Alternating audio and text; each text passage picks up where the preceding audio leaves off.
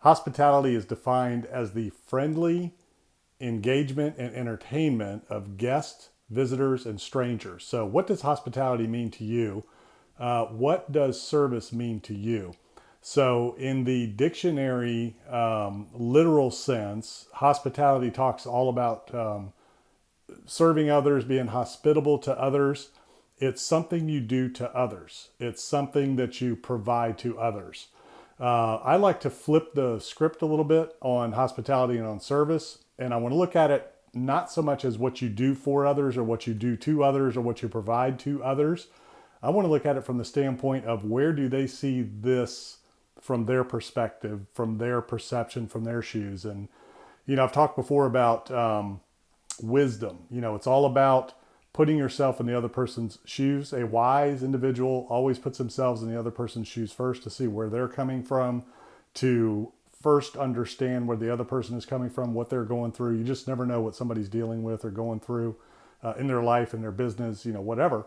So when you think about hospitality, you think about service, think about it from the perspective of the other person, what it is that they're looking for, what do they need, what can you provide? So when you look at it that way, I always look at hospitality and service. I define it as look at me, smile at me, make me feel good, treat me like I'm a guest in your home.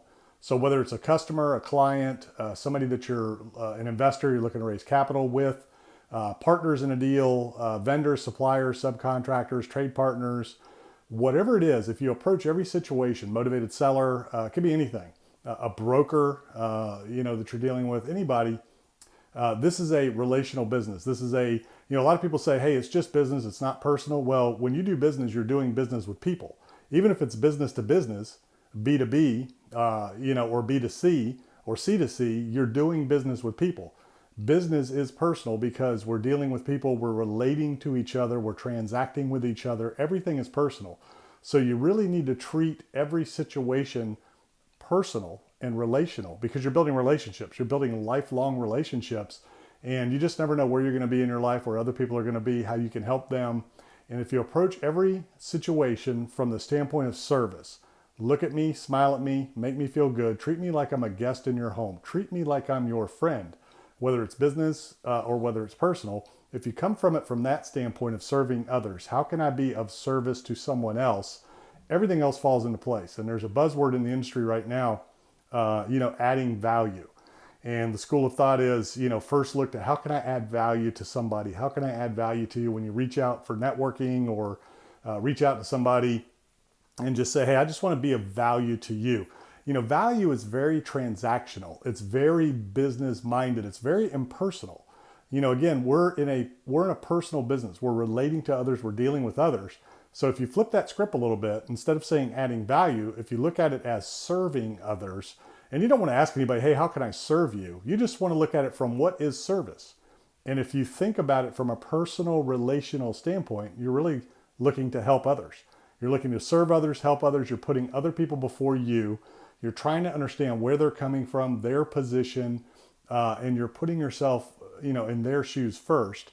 And not only is that wise, but it's also extremely valuable to you and your relationships and your business, but it's even more valuable to them.